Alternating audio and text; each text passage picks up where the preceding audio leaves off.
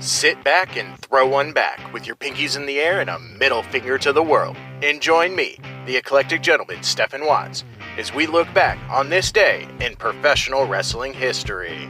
But before we do, put that drink down, like, share, and subscribe, and give us a big old thumbs up. And now, without further ado, let's look back on this day in pro wrestling history. It is January 25th. And we're going to start off as we always do, on a positive note. These are your pro wrestling birthdays. 1953, he's the greatest intercontinental champion of all time, the Honky Tonk Man.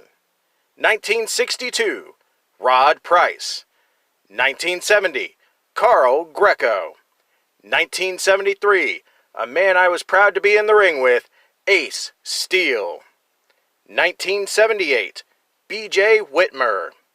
1980, Michelle McCool.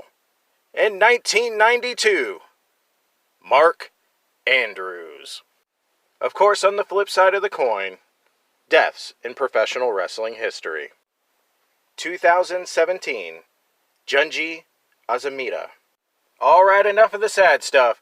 Let's get to the meat and potatoes. These are your pro wrestling history highlights. 1914, Walter Miller defeats Eugene Tremblay to win the World Lightweight title. 1950, Yvonne Roberts beats Whipper Billy Watson to win the NWA British Empire Heavyweight title.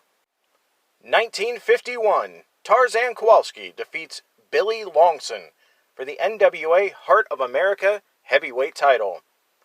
Bonus points to anybody who knows what that title was renamed as a few years later.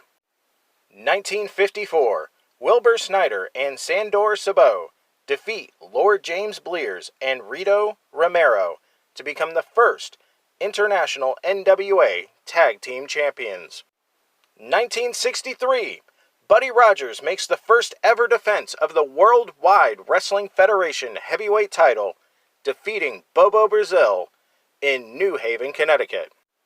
1978, Championship Wrestling from Florida hosts the Super Bowl of Wrestling. In the main event, WWF Champion Superstar Billy Graham and NWA World Champion Harley Race fought to a 60-minute time limit draw in a 2 out of 3 falls match. Graham won the first fall by submission with a bear hug. Race won the second with a suplex from the apron into the ring. But the time limit ended just as Race was pinning a knocked-out Graham from a sleeper hold in the third fall. Therefore, both men retained their titles. Also in 1978, the Dynamite Kid wins the British welterweight title by defeating Jim Breeks. 1983, Quick Kick Lee, aka Akira Mita, defeats Wayne Bridges for the European heavyweight title. 1986, and primarily because I really want to say this title name because it's ridiculously long, Jerry Lawler defeats Lars Anderson in Singapore for the NWA Polynesian Wrestling Polynesian Pacific Heavyweight title. Say that 5 times fast, folks. 1989, Mighty Anua defeats Joe Malenko to win the All Japan World Junior Heavyweight title. 1991, shortly after they had taken over the world-class territory, the USWA hold a 12-man tournament for the vacant Texas heavyweight title at the Dallas Sportatorium. In the final, Bill Dundee defeats Gary Young to win the tournament and the title. 1995, WCW holds the 30th Clash of the Champions. In the main event, Hulk Hogan and Randy Savage defeat Kevin Sullivan and The Butcher.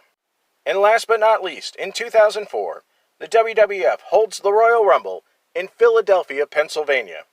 Chris Benoit, lasting over an hour, wins the Royal Rumble, last eliminating The Big Show. Those are your pro wrestling history highlights. I'm the eclectic gentleman Stephen Watts, and we'll see you tomorrow.